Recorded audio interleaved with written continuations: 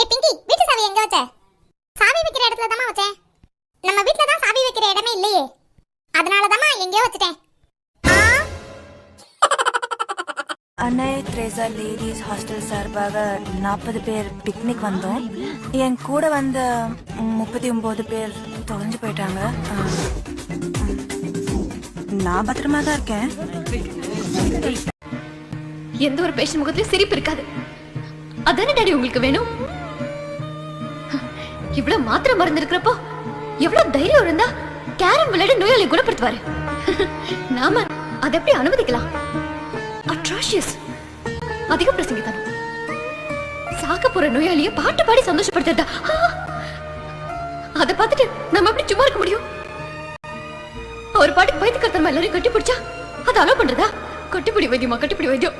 இந்த மாதிரி ஆள உள்ளத்துல வேணாமா? பாருங்க பாருங்க, 12 வருஷமா நிம்மதியா தூங்கிட்டு இருந்த ஆனந்த குளிக்க வச்சுட்டாரு.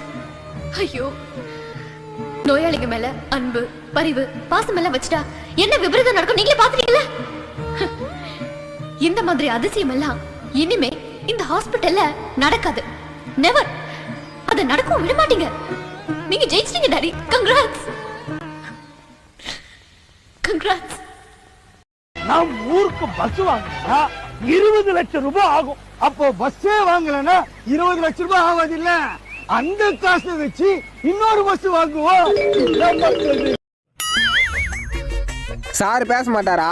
நான் 2 வயசுல இருந்தே பேசுவேன். பேரல் ஆயிட்டாரு, நம்ம கிட்ட அப்படிதான் பேசுவாரு. என்ன முதல்ல மாதிரி நினைச்சுனுக்காதரா. உன்னை யாரு முதல்ல மாதிரி நினைச்சது? நீ பாக்கிறதுக்கு ஆமை மாதிரிலாம் இருக்க. டேய், எல்லார்கிட்ட பேசுற மாதிரி என்கிட்ட பேசினுக்காதரா. அதுக்காக நான் உங்ககிட்ட ஹிந்தியில பேச முடியும்?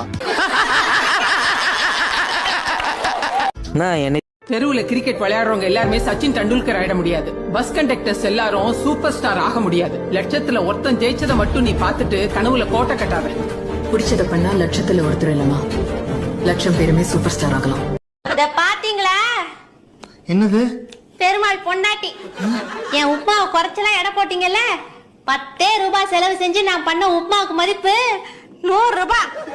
அதனால நான் ஒரு முடிவுக்கு வந்துட்டேன். என்ன?